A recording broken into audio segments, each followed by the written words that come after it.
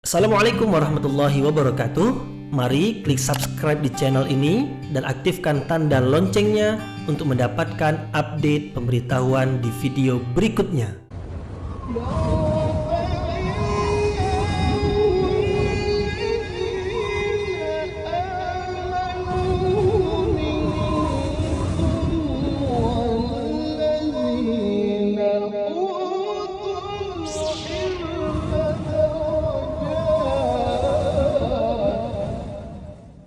A'udzu billahi minasyaitonir rajim. Bismillahirrahmanirrahim. Assalamualaikum warahmatullahi wabarakatuh.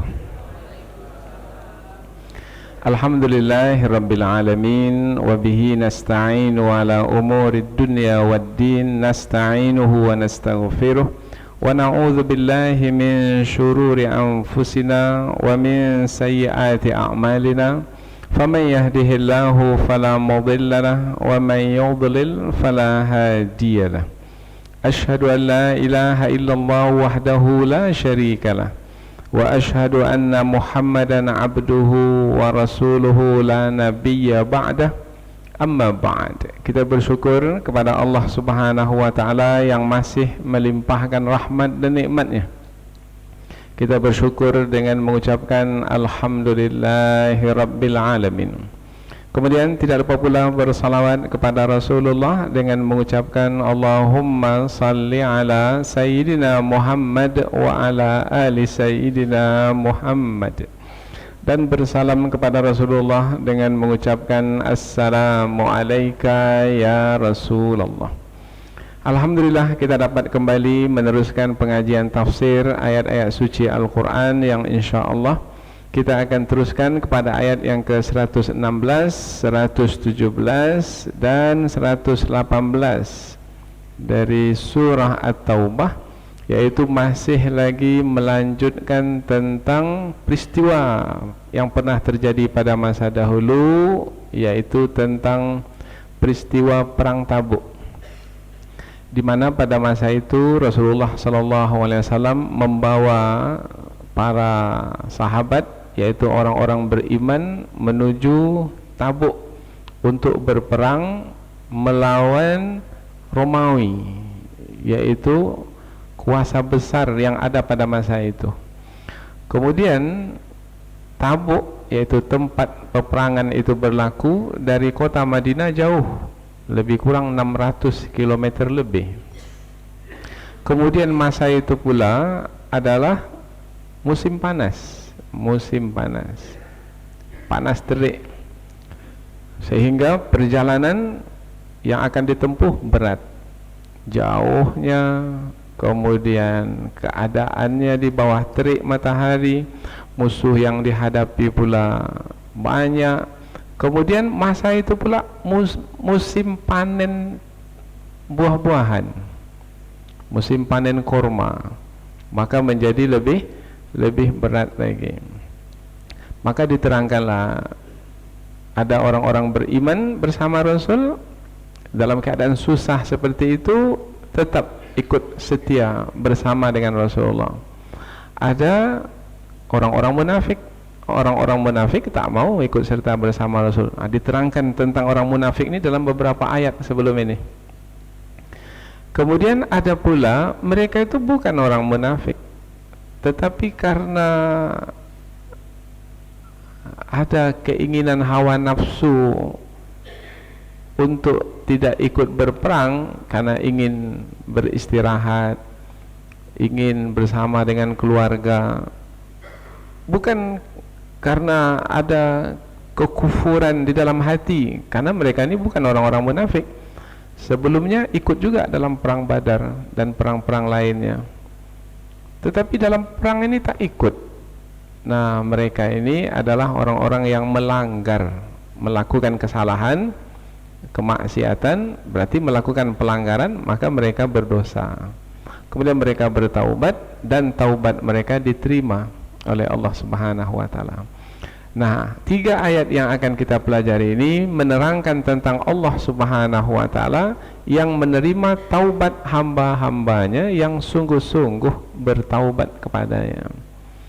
Adapun kalau orang-orang munafik yang bertaubat, taubat mereka bukan taubat yang sungguh-sungguh.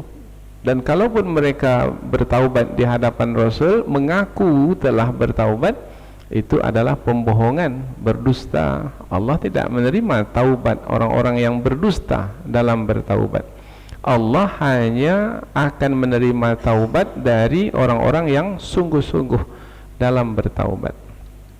Karena Allah adalah yang mencipta alam semesta ini, maka Allah mengetahui apa yang berlaku di alam semesta ini. Apabila berkaitan dengan manusia, Allah mengetahui tentang manusia, baik yang mereka nyatakan ataupun yang mereka sembunyikan di dalam hati. Maka di ayat yang ke-116 Allah menerangkan tentang dirinya sebagai pemilik empunya langit dan bumi, maka Allah pasti mengetahui dengan detail, dengan terperinci apa saja ciptaannya di langit ataupun di bumi, dan Allah berkuasa penuh ke atas ciptaannya. Dan apabila memahami Allah Subhanahu wa taala pemilik alam semesta ini dan juga pemilik diri kita ini yang memilikinya adalah Allah Subhanahu wa taala. Allah menghidupkan, Allah mematikan, dan seterusnya. Dan apabila kita berhadapan dengan musuh, Allah yang akan melindungi kita, Allah yang akan menolong, maka semestinya apabila mengenal Allah Subhanahu wa taala akan kembali kepada Allah, akan beriman kepada Allah, akan menjalin hubungan dengan Allah Subhanahu wa taala. Maka orang-orang beriman apabila mereka melakukan kemaksiatan, pelanggaran, maka mereka segera kembali kepada Allah. Dan apabila mereka bersungguh-sungguh kembali, Allah menerima taubat mereka karena Allah Maha Penerima taubat. Inilah 3 ayat yang akan kita pelajari sebagai muqaddimah. Telah kita sampaikan bahwasanya ayat ini adalah masih lagi berkaitan dengan perang Tabuk. Apabila kisah masa lalu disebutkan di dalam Al-Quran, maka tujuannya adalah sebagai pelajaran bagi kita pada hari ini. Mungkin boleh jadi kita akan mendapatkan petunjuk dari kisah masa lalu untuk kita pakaikan dalam kehidupan kita sekarang. Yaitu apabila pada masa dahulu Rasulullah menghadapi orang-orang yang mereka itu melanggar, mereka bukan orang-orang munafik, mereka orang-orang beriman, tapi mereka melanggar. Biasa, manusia biasa pasti melakukan kesilapan, pasti kadangkala mengikuti hawa nafsu, tidak mengikuti kehendak Allah, tidak mengikuti petunjuk Allah. Nah, inilah dia keadaan yang dari dahulu sampai sekarang seperti itu, berulang. Rasulullah menghadapi mereka dahulu, mungkin pada hari ini kita pun juga akan menghadapi mereka yang seperti itu keadaannya. Umpamanya kita sebagai orang tua, mungkin kita akan menghadapi anak-anak yang bukan selamanya anak itu taat dan patuh kepada kita. Ada kalanya anak itu juga mengikuti kehendak hawa nafsu mereka melakukan kesalahan dan kesilapan. Nah, maka bagaimana sikap kita menghadapi mereka itu? Kita dapat pelajaran dari ayat ini. Bagaimana Rasulullah menghadapi mereka pada masa dahulu. Jadi kisah-kisah di dalam Al-Quran tujuannya adalah untuk kita ambil pelajaran dari kisah tersebut. Dan apabila pada masa Rasulullah dahulu ada dalam rangka membangun masyarakat, dalam membangun umat. Nah, bukan lagi di institusi kecil keluarga, enggak, tapi ini kaitannya adalah dengan membangun umat, membangun masyarakat. Kalau kita bawa kepada sebuah negara, kalau kita katakan Madinah itu adalah negara, maka dalam rangka membangun sebuah negara di Madinah. Nah, maka bisa dijadikan pelajaran untuk membangun sebuah negara yang lebih besar lagi. Seperti sekarang umpamanya kita dalam membangun negara kita ini, maka jadikanlah negara Madinah yang dipimpin oleh Rasulullah dahulu sebagai contoh. Maka sekarang ada istilah madani. Madani berarti masyarakat seperti masyarakat Madinah yang dipimpin oleh Rasulullah dahulu. Selanjutnya kita akan pindah ke tafsir ayat. Namun sebelum pindah ke tafsir ayat, kita akan membaca ayat ini terlebih dahulu. Mudah-mudahan ada manfaatnya. Yaitu manfaatnya setiap huruf yang kita baca ada pahalanya, 10 pahala. Apabila satu huruf 10 pahala dan ratusan huruf nanti kita akan baca, bermakna kita akan mendapat ribuan pahala. Pahala itu akan dibalas dengan kebaikan. Mudah-mudahan kebaikan yang kita dapatkan yaitu badan kita disehatkan. Ini apabila badan sehat itu kita senang, tenang, ringan dalam belajar ini, khususnya dalam belajar ini. Kemudian fikiran kita dijernihkan, mudah untuk memahami apa yang terkandung dalam ayat. Kemudian diberikan pula nanti kekuatan untuk mengamalkan petunjuk yang ada dalam ayat ini. Nah, dengan harapan kita insya-Allah pada masa yang akan datang hidup kita itu tidak terlepas dari petunjuk Al-Quran. Karena dengan petunjuk Al-Quran lah hidup ini akan bahagia, damai. Karena dalam ayat Al-Quran, barang siapa yang berpaling dari petunjukku, maka baginya kehidupan yang sempit. Wa man a'rada an dzikri fa inna lahu ma'isyatan dhanka. Barang siapa yang berpaling dari petunjukku, maka baginya kehidupan yang sempit, yang sengsara. Maka kita berharap mudah-mudahan dengan belajar ini kita bisa mengamalkannya dalam kehidupan sehari-hari yang akan membuat hati kita menjadi damai, tenang dan bahagia insyaallah. Allah Subhanahu wa taala berfirman, A'udzu billahi minasyaitonir rajim. Bismillahirrahmanirrahim. Innallaha lahu mulkus samawati wal ard yuhyi wa yumit wa ma lakum min dunillahi min waliyyin wala nasir. Laqad taballahu 'alan nabiyyi wal muhajirin wal ansar alladzina ittaba'uhu fi sa'atil usrati min ba'di ma kada yazighu qulubu fariqin minhum thumma taba 'alaihim innahu bihim raufur rahim. Wa 'ala thalathati alladhina khulifu hatta idza daqat 'alaihimul ardu bima rahubat wa daqat 'alaihim anfusuhum wa dhannu alla malja'a minallahi illa ilaihi thumma taba 'alaihim liyatubu innallaha huwat tawwabur rahim. Allah berfirman, Innallah, sesungguhnya Allah, lahu, milik Allah, mulku, kerajaan, as-samawat, langit yang 7 lapis itu, wal ard, dan bumi, yuhyi, dia menghidupkan, wa yumit, dan mematikan, wa ma lakum, dan tidak ada bagimu, min dunillah, selain dari Allah, min waliyin, seorang pelindung, wala nasir, dan juga tidak seorang penolong pun. Kita ulang dari pangkal ayat. Sesungguhnya Allah miliknya lah, atau boleh juga kita menerjemahkan sesungguhnya Allah baginya kepemilikan kerajaan langit dan bumi, menghidupkan dan mematikan, dan tidak ada selain Allah seorang pelindung atau seorang penolong pun. Berarti hanya Allah yang melindungi, hanya Allah yang menolong di alam semesta ini, di langit dan di bumi.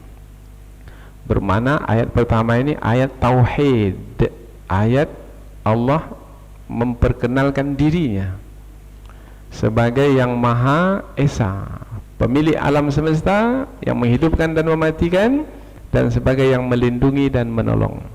Berikutnya Allah menjelaskan tentang dirinya sebagai yang menerima taubat.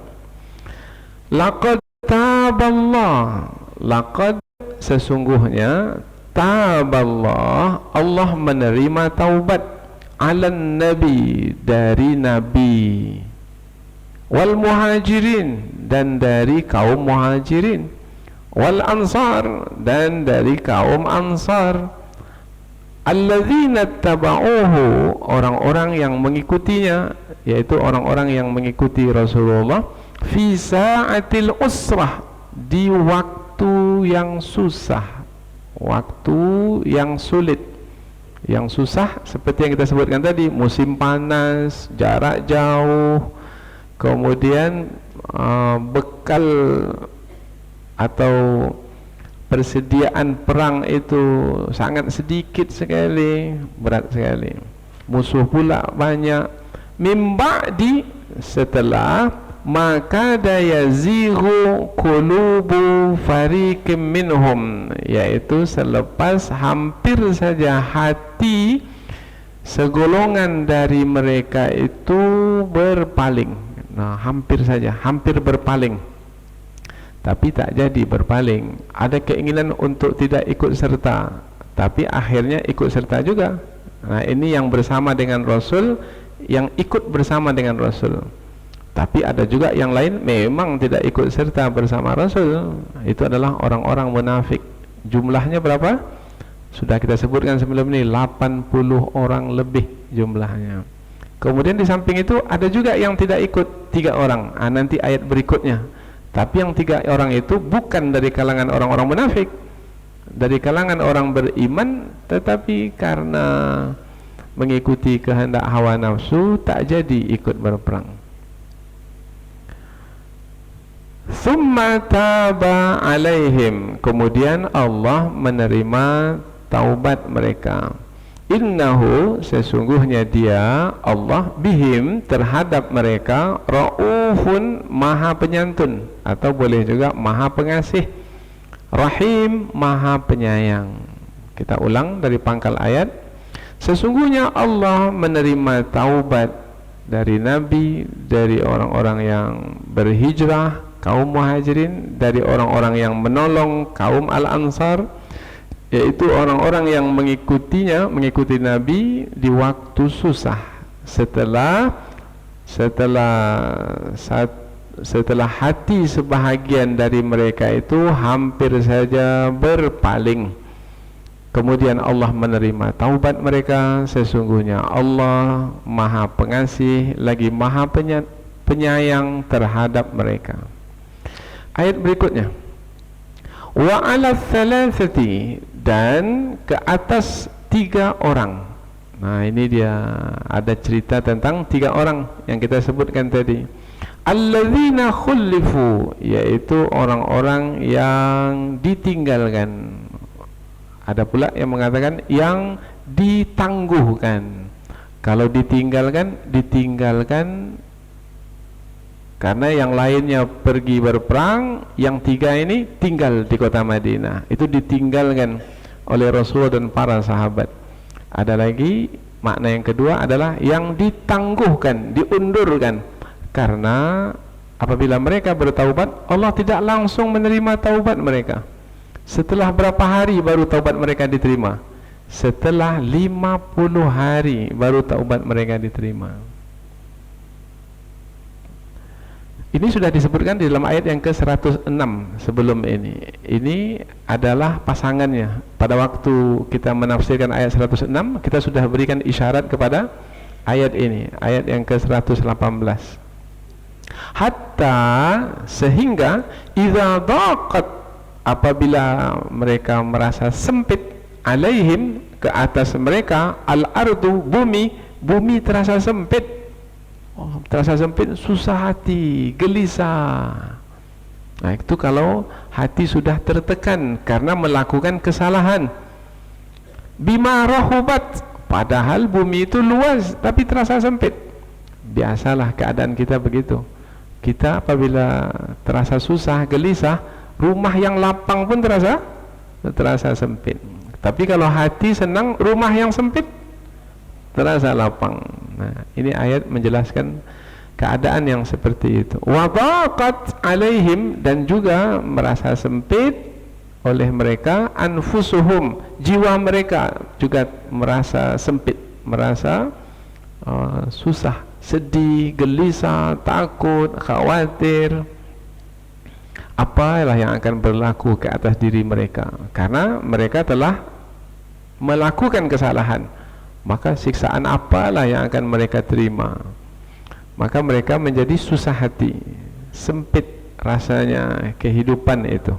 Wa dhannu, dan mereka memahami atau menyadari, alla malja'a, tidak ada tempat lari, minallah, dari Allah, illa ilai, kecuali kembali kepada Allah.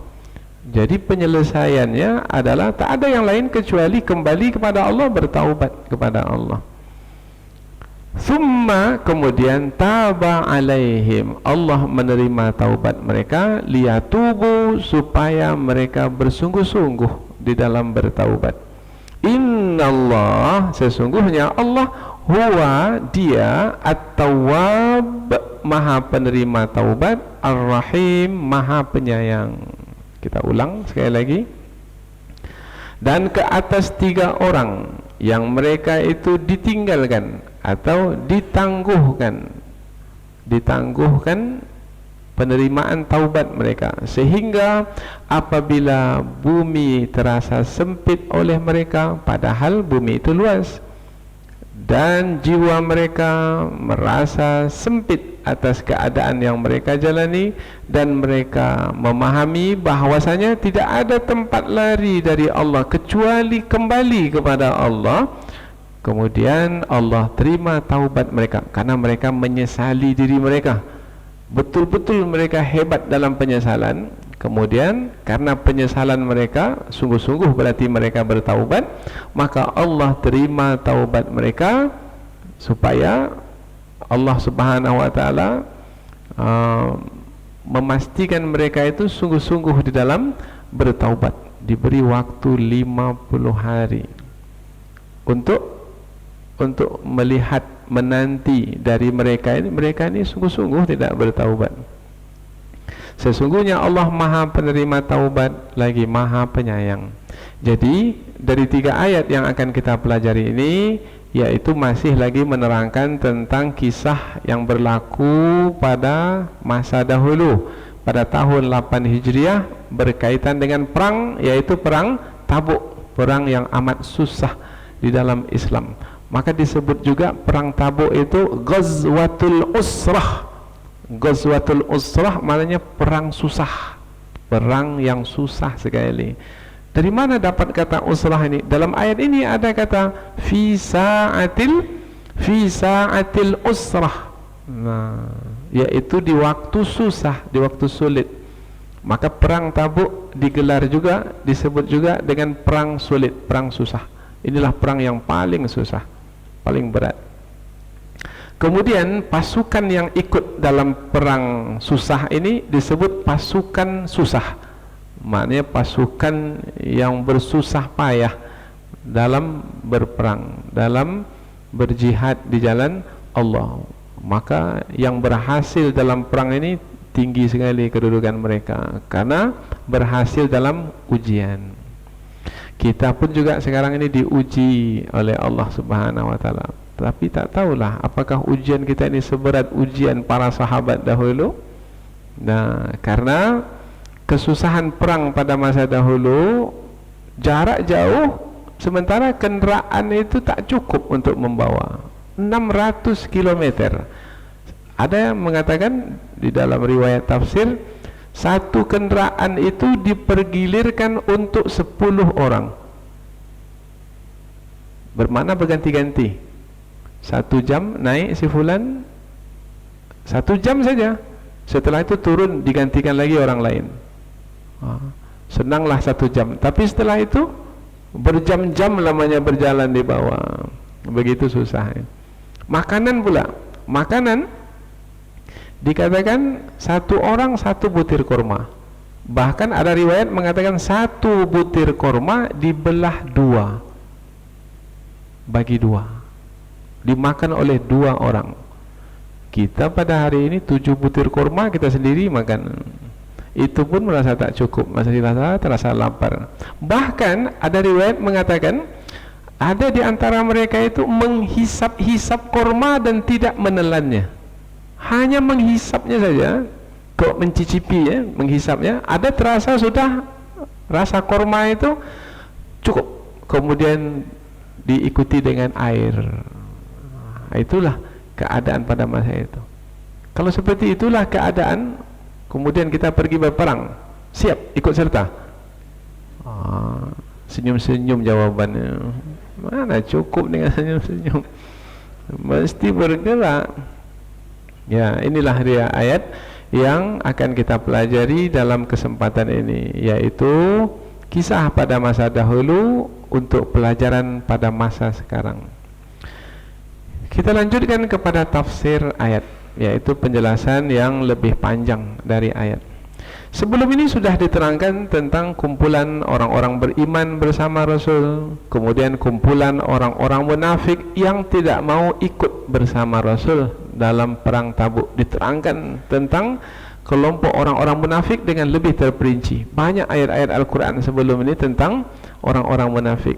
Maka Allah Subhanahu wa Ta'ala sudah tidak menerangkan lagi tentang orang munafik. Yang Allah terangkan adalah tentang orang-orang beriman yang ikut berperang bersama Rasul, dan satu lagi ada 3 orang beriman tapi tak ikut berperang bersama Rasul. Namun yang 3 orang itu bertaubat kepada Allah, sungguh-sungguh bertaubat, taubat mereka diterima, tapi barulah taubat mereka diterima setelah 50 hari mereka bertaubat kepada Allah. Dan nanti ada cerita yang membuat kita tersentak, terhenyak dibuatnya, karena cerita itu adalah cerita yang sangat hebat sekali, luar biasa, dan mudah-mudahan kita bisa mendapatkan pelajaran dari cerita tersebut. Setelah Allah menerangkan tentang orang-orang munafik dengan lebih terperinci, Allah menerangkan tentang orang-orang beriman. Sebelum Allah menerangkan tentang orang beriman, Allah menerangkan terlebih dahulu tentang dirinya. Siapa dirinya? Nah, Allah menjelaskan bahwasanya dirinya itu adalah yang mencipta langit dan bumi ini, yang mencipta setiap makhluk yang bernyawa, yang menghidupkan dan mematikan. Jadi Allah menjelaskan tentang dirinya. Maka ayat ini, ayat 116 adalah ayat yang menerangkan tentang Allah Subhanahu wa Ta'ala, ayat tauhid. Ini adalah pegangan. Allah menjelaskan, innallaha lahu mulkus samawati wal ard. Sesungguhnya Allah memberitakan tentang dirinya bahwasanya lahu, milik Allah lah, mulkus samawati wal ard. Mulku milik, milik disebut milik bermakna Allah berkuasa penuh. Ini harta ini milik saya, berarti kita berkuasa penuh ke atas harta kita itu, karena milik kita. Kita mau jual boleh, kita mau hancurkan pun juga boleh. Umpamanya kita punya rumah, rumah itu milik kita, kita boleh jual rumah kita, boleh. Tapi kalau rumah orang, tak boleh. Apa sebab? Bukan milik kita. Maka yang milik kita, kita berkuasa penuh ke atasnya. Kita mau ganti catnya, boleh. Kita mau robohkan juga boleh. Ini makna milik, berkuasa penuh. Apabila disebut Allah memiliki langit dan bumi, bermakna Allah berkuasa penuh ke atas langit dan bumi, menguasai langit dan bumi. Penguasaan dengan ilmu. Allah mengetahui apapun yang berlaku di langit dan di bumi ini. Berkehendak, Allah berkehendak, apapun yang Allah kehendaki berkaitan dengan langit dan bumi berlaku. Allah mau angkat langit ini tanpa tiang, berlaku. Itu kehendak Allah. Allah mau lelehkan dia dan nanti hancur pada masa kiamat pun juga Allah berkehendak dan berlaku, karena Allah juga berkuasa ke atas apa yang dimilikinya. Jadi ada pengetahuan Allah sempurna, kemudian ada kehendak Allah di atas segala kehendak, kemudian kekuasaan Allah ke atas segala sesuatu. Allah terangkan yang biasa dilihat oleh manusia, yuhyi wa yumit, dialah Allah yang menghidupkan dan mematikan. Nampak, terlihat? Kita bersama ahli keluarga kita, dulu suami istri saja, kemudian dapat anak, Allah hidupkan anak. Sampai masanya Allah juga mematikan.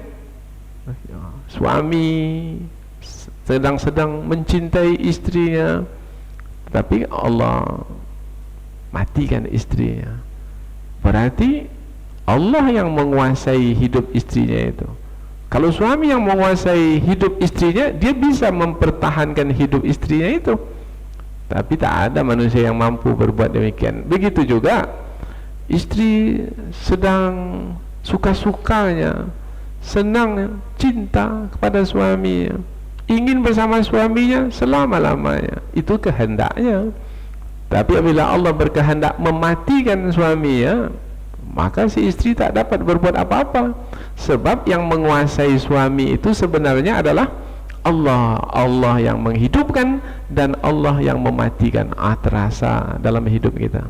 Jadi ayat ini ayat yang menerangkan tentang Allah Subhanahu wa taala yang berkuasa di alam semesta ini. Termasuk ketika kita berhadapan dengan musuh, maka yang akan melindungi kita dari musuh adalah Allah, dan yang akan menolong kita sehingga nanti kita bisa menang melawan musuh adalah juga Allah. Wa malakum, tidak ada bagimu min dunillah, selain dari Allah, min wali, seorang wali, pelindung yaitu yang mengatur hidup kita dan memastikan hidup kita itu terjaga dan terpelihara. Itu maknanya wali.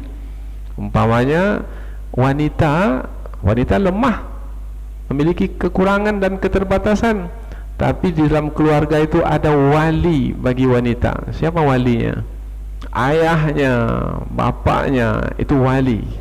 Maka si bapak ini yang mengatur kehidupan wanita itu, anak perempuannya, melindunginya, menjaganya, memastikan kekurangan yang ada pada wanita itu tidaklah menjadi sebab bagi orang lain untuk menindas dan menganiayanya, karena sudah dilindungi oleh wali.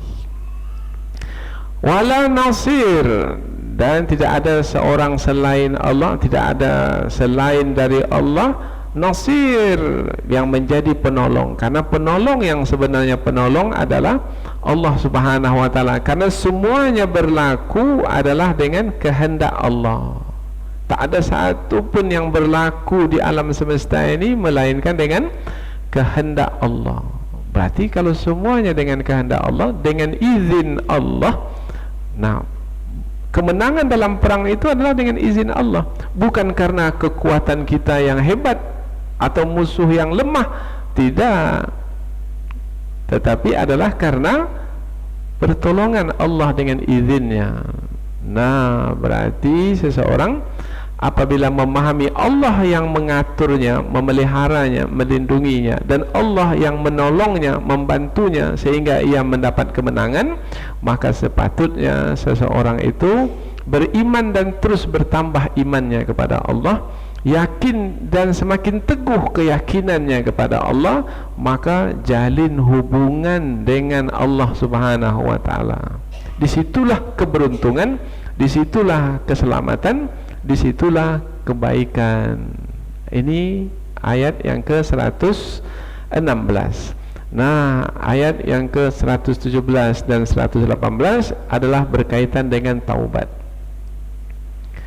Apabila berkaitan dengan taubat, berarti kaitannya adalah dengan kesalahan yang dilakukan. Ya, boleh jadi seseorang itu tidak mengikuti kehendak Allah, tidak mengikuti petunjuk Allah, berarti ia telah menyimpang dari petunjuk yang telah Allah tetapkan. Karena dia mengikuti kehendak hawa nafsunya, bertentangan dengan kehendak Allah, maka dia telah melakukan pelanggaran. Kehendak Allah, pergi berperang, badan kamu sehat, kamu laki-laki, belum lagi tua, bukannya kanak-kanak, dan tak ada cacat. Kemudian kamu ada persediaan untuk pergi berperang, pergi berperang. Itu kehendak Allah, perintah Allah. Tapi ada yang mengikuti kehendak hawa nafsu. Oh, berat betul lah berperang, jaraknya jauh, panas, saya mau di sini sajalah. Maka orang yang mengikuti kehendak hawa nafsu ini adalah orang yang telah melanggar. Lain yang Allah kehendaki, lain pula yang ia buat. Nah, orang yang seperti ini melakukan kesalahan. Orang yang melakukan kesalahan berdosa. Orang yang berdosa akan disiksa. Banyak dosa, banyak siksa. Besar dosa, besar siksa. Pasti itu sudah ketetapan Allah, sunnatullah. Setiap yang berdosa pasti akan disiksa. Kita tak mau disiksa. Bagaimana supaya tidak disiksa? Padahal kita sudah melakukan kesalahan, sudah berdosa. Ada penyelesaian yang Allah sediakan, yaitu untuk menyelesaikannya bertaubat kepada Allah, dan Allah Maha penerima taubat. Allah yang mengatur alam semesta ini. Kaitan dengan ayat yang sebelumnya. Di dalam ayat yang ke-117 Allah menyebutkan bahwasanya Allah menerima taubat Nabi, Allah menerima taubat kaum Muhajirin, Allah menerima taubat kaum Al-Ansar. Disebut 3 di sini. Allah menerima taubat Nabi, Allah menerima taubat kaum Muhajirin. Kaum Muhajirin orang-orang yang berhijrah, asalnya adalah penduduk kota Mekah, kemudian berhijrah ke kota Madinah. Allah menerima taubat kaum Al-Ansar, yaitu penduduk kota Madinah yang menolong orang-orang yang berhijrah. Yang berhijrah dari kota Mekah ke kota Madinah, mereka tolong. Mereka adalah penduduk tempatan kota Madinah. Ketika ayat ini menyebutkan bahwasanya Allah menerima taubat Nabi, ini susah untuk kita fahami. Seakan-akan Nabi telah melakukan kesalahan. Padahal dalam pelajaran akidah kita ketahui bahwasanya Nabi maksum, tidak melakukan kesalahan.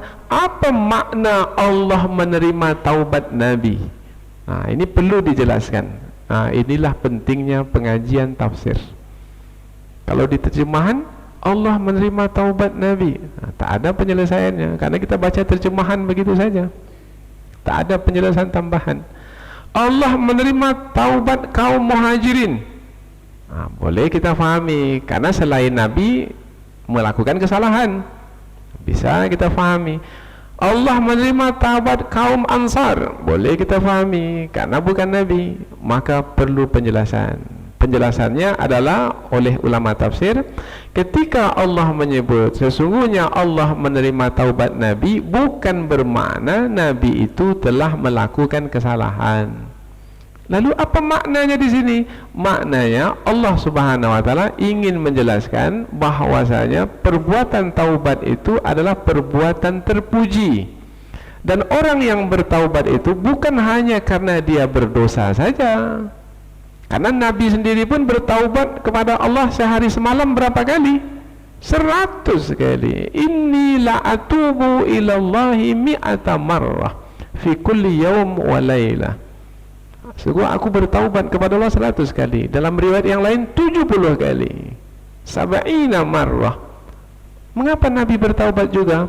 Bukankah dalam hadis disebutkan bahwasanya Allah telah mengampuni dosa Nabi yang telah lalu dan akan datang? Mengapa Nabi bertaubat juga? Untuk mendekatkan diri kepada Allah dengan ibadah taubat. Jadi ibadah taubat bagi Nabi adalah untuk mendekatkan diri kepada Allah. Allah terima taubat Nabi, maknanya jangan difahami Nabi telah melakukan kesalahan, karena itu bertentangan dengan pelajaran yang sudah kita dapatkan dalam pelajaran akidah tauhid, yaitu Nabi maksum. Maknanya di sini adalah Allah Subhanahu wa taala Allah Subhanahu wa taala setiap kali Nabi bertaubat, taubat pada diri Nabi adalah untuk beribadah mendekatkan diri kepada Allah. Allah terima ibadah taubat Nabi itu. Kemudian isinya apa ini? Isinya adalah misinya, tujuannya, pesannya adalah kalau Nabi saja yang tidak berdosa bertaubat kepada Allah, maka apabila kita ini yang banyak dosa, semestinya bertaubat lebih banyak lagi kepada Allah. Berarti ayat ini adalah ayat yang berisi pesan banyak-banyaklah bertaubat kepada Allah. Jadi dorongan untuk bertaubat, al-haddu al-hathu ala taubah, terus bertaubat. Nabi mencontohkannya dan kita mengikutinya. Jadi jangan tunggu bertaubat setelah melakukan kesalahan dulu baru bertaubat. Rasanya hari ini saya tak ada melakukan kesalahan apa-apa lah, kalau begitu tak usah ajalah saya bertaubat. Oh enggak, istighfar banyak-banyak. Meskipun rasanya hari ini kita tak ada buat apa-apa, di rumah saja, rumah masjid, tak ada kemana-mana, tak ada melakukan kesalahan apa-apa, tetap bertaubat, tetap bertaubat. Ini makna ayat. Tapi ada juga di antara ulama tafsir menyebutkan ada Nabi melakukan kesalahan, tapi sebenarnya kesalahan itu bukanlah kesalahan yang membawa kepada dosa, sehingga di sini disebut Nabi bertaubat, taubat Nabi diterima, yaitu Nabi mengizinkan orang munafik tidak ikut perang. Nah, itu kesalahan Nabi. Karena orang munafik mengatakan, izin ya Rasul, tak ikut perang. Nabi mengizinkan, padahal perlu pejuang banyak untuk menghadapi musuh, tapi Nabi mengizinkan orang-orang munafik untuk tidak ikut perang. Nah, ada di antara ulama tafsir memahaminya seperti itu. Nabi telah mengizinkan orang-orang munafik tidak ikut perang, dan itu adalah satu kesalahan karena perang ini adalah perang yang berat, mesti menghimpunkan banyak pasukan, tetapi Nabi mengizinkan mereka tidak ikut. Maka para ulama mengatakan itu adalah kesalahan Nabi. Kemudian Allah menerima taubat Nabi, tetapi kita lebih memilih pendapat yang pertama berbanding pendapat yang kedua. Tapi dua-dua pendapat ini ada dalam buku tafsir, ada. Tapi kita berikan catatan tadi, meskipun kita katakan Nabi mengizinkan itu adalah satu kesalahan, ya, tetapi itu bukan berarti Nabi SAW melakukan kesalahan yang di dalamnya ada dosa. Tidak, karena Nabi sendiri pun tak tahu sebenarnya ini betul-betul alasannya benar atau tidak, karena Nabi tak tahu orang yang menyimpan kekufuran di dalam hatinya. Kan sebelum ini sudah kita terangkan, orang-orang munafik, orang yang menyimpan kekufuran, maka ketika mengemukakan alasan kepada Rasul, mereka mengemukakan alasan yang bohong, yang dusta, yang tidak sebenarnya, yang dibuat-buat. Maka apabila Nabi mengizinkan, karena Nabi memahaminya bahwasanya mungkin mereka ini benar dalam berkata-kata, padahal sebenarnya mereka berbohong, maka kita lebih condong kepada pendapat yang pertama. Berikutnya adalah Allah menerima taubat kaum muhajirin dan kaum ansar. Padahal dalam ayat ini, coba kita lihat lanjutannya, alladzina taba'uhu fi sa'atil usrah, yaitu orang-orang yang mengikuti Nabi di waktu yang susah. Berarti mereka ikut serta tidak bersama Nabi? Ikut serta, bukan mereka tak ikut perang. Tapi mengapa Allah menerima taubat mereka seakan-akan mereka melakukan kesalahan? Padahal mereka kan tidak melakukan kesalahan, mereka ikut juga berperang. Maka ulama tafsir mengatakan adanya kata Allah menerima taubat mereka karena ada keinginan atau kecondongan hati mereka untuk tidak ikut berperang, tetapi Allah selamatkan mereka, akhirnya mereka pergi berperang. Ada juga tak usah ikutlah, biasanya Nabi kalau pergi berperang, perang-perang sebelumnya, Nabi tidak menyebutkan perang itu kemana. Dekat-dekat saja, Uhud, dekat, tak disebutkan. Tetapi untuk perang Tabuk ini Rasulullah menyebutkannya, kita akan pergi ke Tabuk yang jaraknya 600 km dari sini. Ini kalau kita bahasakan dengan bahasa kita sekarang, terbayang tidak jauhnya itu? Bagaimana hati kalau terbayang jauh seperti itu? Tak ikutlah. Nah begitu. Nah ada keinginan seperti itu, nah memohon ampun kepada Allah, adanya keinginan, itu tabiat manusia seperti itu. Kita pun juga mungkin punya tabiat seperti itu. Kalau begitu saya tak ikutlah. Mereka bertaubat, taubat mereka diterima oleh Allah. Allah menerima taubat Nabi, Allah menerima taubat kaum Muhajirin, Allah menerima taubat kaum Al-Ansar. Min ba'di ma kada yazighu qulubu fariqin minhum. Nah, ini yang menjelaskannya, yaitu hampir saja hati sebahagian mereka itu condong untuk tidak ikut berperang, berpaling dari menuju medan perang. Tsumma taba alaihim, kemudian Allah menerima taubat mereka itu. Padahal sebenarnya mereka tidak melakukan kesalahan, hanya getaran hati saja. Maka hati-hati dengan getaran hati. Karena kalau diperturutkan bisa saja tidak jadi ikut berperang. Innahu bihim raufur rahim. Sesungguhnya Allah Maha Penyantun. Maha Penyantun di sini adalah Allah ampuni kesalahan mereka, yaitu getaran hati mereka itu tidak dihitung oleh Allah sebagai kesalahan. Rahim, Maha Penyayang, Allah limpahkan rahmat sehingga keadaan mereka kembali baik seperti semula. Ini ayat 117. Sudah 2 ayat. Ayat yang ketiga lagi. Nah, ayat yang ketiga, ayat 118 menerangkan tentang 3 orang dari kalangan orang-orang beriman tapi tak ikut berperang. Tadi kaum Muhajirin, kaum Ansar ikut berperang. Yang ini nih tak ikut berperang. Siapa yang 3 ini? Yang 3 ini adalah Ka'ab bin Malik. Ini yang pertama, masih muda, tak ikut berperang. Satu lagi adalah Hilal bin Umayyah. Ini agak lanjut usianya. Satu lagi adalah siapa lagi? Satu lagi Hilal bin Umayyah. Satu lagi Mirarah. Ada yang mengatakan Murarah, ada yang membacanya Mirarah. Mirarah bin Ar-Rabi'. Ada 3 orang. Nah, tentang 3 orang ini, ketika Rasulullah pulang dari perang Tabuk, kemudian Rasulullah selesai salat, masing-masing menghadap Rasul, meminta maaf, menyatakan uzur mengapa tak ikut berperang. Yang 3 ini pun juga menghadap Rasul. Ya Rasul, kami adalah juga yang termasuk tidak ikut berperang.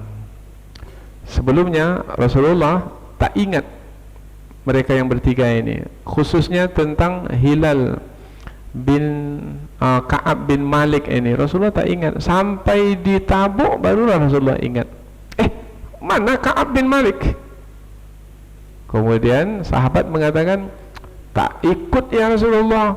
Padahal sebelumnya ikut perang. Tidak ada satu pun perang sebelumnya yang tidak diikuti oleh Ka'ab bin Malik. Ada seorang sahabat menjawab, dia tak ikut berperang karena dia mementingkan diri sendiri ya Rasulullah. Ada satu orang yang berburuk sangka kepadanya. Maka berkatalah Mu'adz bin Jabal, kamu tahan mulut kamu, jangan kamu berkata demikian. Nah, jadi ada sahabat yang mengingatkan. Jadi Rasulullah kehilangannya. Mengapa dia tak hadir ini? Kemudian setelah pulang, dia menghadap Rasul. Kemudian dia berkata, ya Rasulullah, kalau aku berbohong, saya cari-cari alasan, maka engkau akan suka kepadaku. Engkau akan suka kepadaku. Dan aku tidak akan engkau marahi. Tetapi Allah pasti memarahiku. Karena Allah tahu Apa yang sebenarnya berlaku? Aku telah berbohong kepadamu. Tapi kalau aku jujur, nah, pasti engkau memarahiku dan Allah juga memarahiku. Aku siap untuk menerima hukuman dari Allah. Jujur. Kemudian Rasulullah mengatakan, ini sahabatku ini jujur. Kemudian Rasulullah mengatakan, baik, kalau begitu kamu berdiri dan pergi. Nanti akan ada keputusan. Begitulah keadaan Ka'ab bin Malik ini. Rupanya ada 2 orang lagi yang sama seperti beliau keadaannya. Jadi mereka menjadi berapa? Menjadi 3. Apa yang berlaku beberapa hari setelah itu? Yang berlaku adalah Rasulullah memerintahkan para sahabat untuk tidak berbicara dengan yang 3 orang ini. Tak boleh berhubungan dengan yang 3 orang ini. Diputuskan hubungan. Begitu keadaan. 1 hari, 2 hari, 3 hari. Yang 2 orang, karena tak ada satu sahabat pun yang mau berbicara dengannya, dengan arahan dari Rasulullah melalui wahyu, maka yang 2 ini dia menyembunyikan dirinya di rumah, tak berani keluar, sampai keadaannya sangat berat sekali, udah kurus, sakit-sakit, terbeban jiwanya.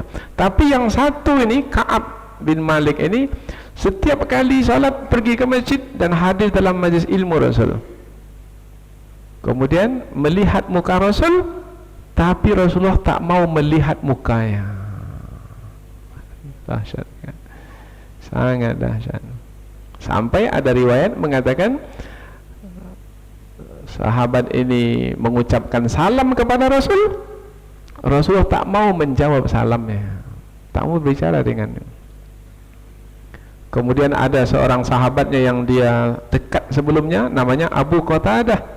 Ka'ab bin Malik ini bersumpah, demi Allah, aku ini adalah yang mencintai Allah dan Rasulnya. Kemudian Abu Qatadah diam saja, tak mau komentar apa-apa. Bagaimana hati kalau seperti itu ya? Orang tak mau bicara dengan kita. Sebelumnya mesra, kita penuh dengan kasih sayang, berbicara antara satu, tapi sekarang ini 1 orang pun tak mau bicara. 40 hari lamanya seperti itu. Setelah 40 hari, dinanti-nantilah keputusan. Karena tadi Rasul mengatakan berdiri, pergi, nanti akan ada keputusan. Keputusan berarti wahyu turun, ayat Al-Quran turun. Ayat tak turun-turun, dah 40 hari. Bertambah pula lagi siksaan. Rasulullah memerintahkan istri-istri mereka ini supaya tidak mendekati mereka, tak boleh mendekati mereka. Tinggallah sebatang kara. Maka kata Ka'ab bin Malik kepada istrinya, karena ini adalah arahan dari Rasul, maka kamu pulang bersama dengan keluargamu, biarkan saya sendiri.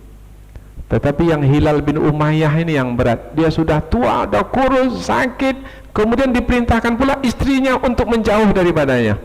Maka istri Hilal ini datang menghadap Rasul, ya Rasul, suamiku dah tua, sakit-sakit, perlu ada orang yang menjaganya. Tapi kata Rasul, tak boleh mendekatinya. Berat sekali ya. Tapi si istri ini terus mendesak Rasul. Akhirnya Rasul membolehkan. Itu untuk Hilal bin Umayyah. Ini keadaan orang yang 3 nih. Enak ceritanya ini ya. Kalau cerita memang enak didengar ya. Karena seperti hidup dia, seperti hidup. Sampai hari yang ke-50. Hari yang ke-50, Ka'ab bin Malik ini salat malam.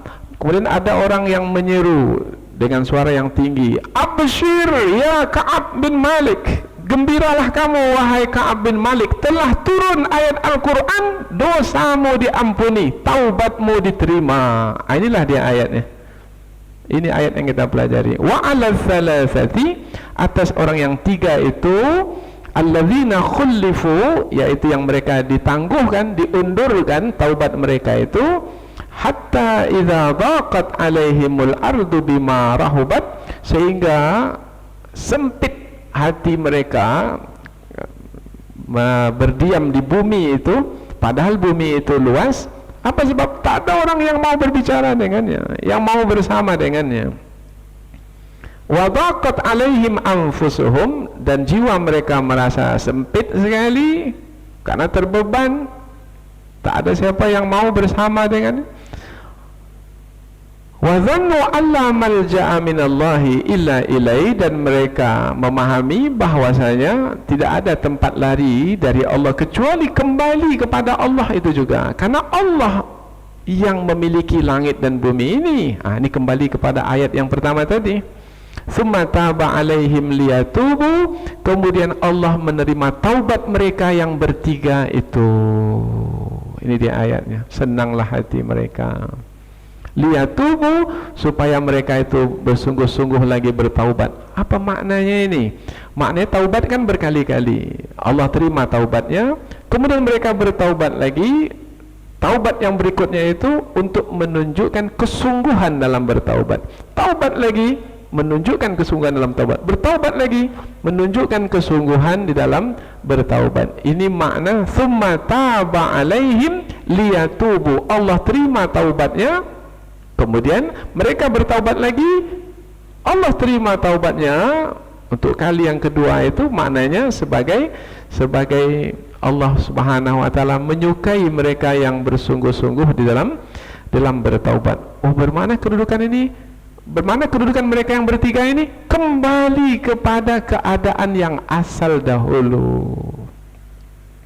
Nah, untuk menerangkan kembali kepada keadaan yang asal, ayat ini mesti dibaca dengan ayat sebelumnya, yaitu apabila ayat untuk orang yang bertiga ini kaitannya dengan taubat mereka diterima, bukan mereka saja yang diterima taubat, taubat Nabi pun juga, taubat kaum muhajirin juga, taubat kaum ansar juga, taubat yang bertiga juga.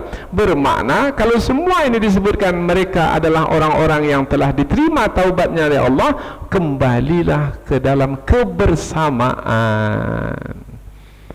Jadi ketika kita baca ayat ini dengan ayat sebelumnya, rupanya apabila mereka sungguh-sungguh bertaubat, kemudian taubat mereka diterima, kembali orang yang bertaubat meskipun tadi tidak ikut perang, sekarang mereka bertaubat, mereka kembali bersama dengan orang-orang yang ikut berperang, karena mereka kembali dalam kesucian. Mereka sama-sama kembali dalam keadaan hati mereka suci, jiwa mereka suci, mereka kembali dalam keadaan bersih dan suci. Jadi meskipun ada di antara kita yang melakukan kesalahan, kemudian dia telah bertaubat, maka terima kembali. Jangan dia diasingkan, dipinggirkan. Tidak, ikutkan dia kembali bersama. Biasa manusia itu melakukan kesalahan. Innallaha huwat tawwabur rahim. Sesungguhnya Allah Maha penerima taubat lagi Maha penyayang. Inilah 3 ayat yang kita pelajari dalam kesempatan ini. Mudah-mudahan apa yang kita pelajari ini ada manfaatnya insyaallah. Subhanakallahumma wa bihamdika asyhadu an la ilaha illa anta wa astaghfiruka wa atubu ilaik. Wassalamualaikum warahmatullahi wabarakatuh.